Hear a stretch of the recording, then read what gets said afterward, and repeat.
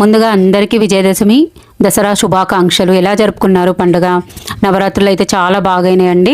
ఇది వచ్చేసేసి పాలతోని చేసిన బెల్లం పాయసాన్నము ఈరోజు ప్రసాదానికి రాజరాజేశ్వరి అమ్మవారికి చేశాను. ముందుగానే నేను రైస్ 3 గ్లాసులు పెట్టేసుకొని దాంట్లో కొంచెం అంత రైస్ తీసుకొని అలా ఉడికించేసేసి పెట్టేసి దాంట్లోనే ఇదంతా చల్లగా ఉంటుంది ప్రాసెస్ కాబట్టి మనకు పాలు అనేది ఇరిగిపోవు. పాలు పోసినా అలా కొంచెం బెల్లం వేసినా ఇరిగిపోదు.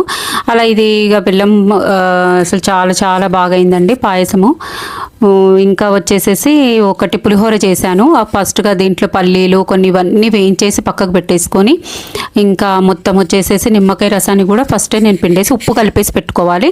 అందులోనే మనం ఫస్ట్ పోపు వేసేసుకొని ఇదంతా కూడా తర్వాత ఈ నిమ్మకాయ ఉప్పు కలిపిన మనం ఇది ఉంటుంది కదా అది రసం దాంట్లో కలుపుకోవాలి.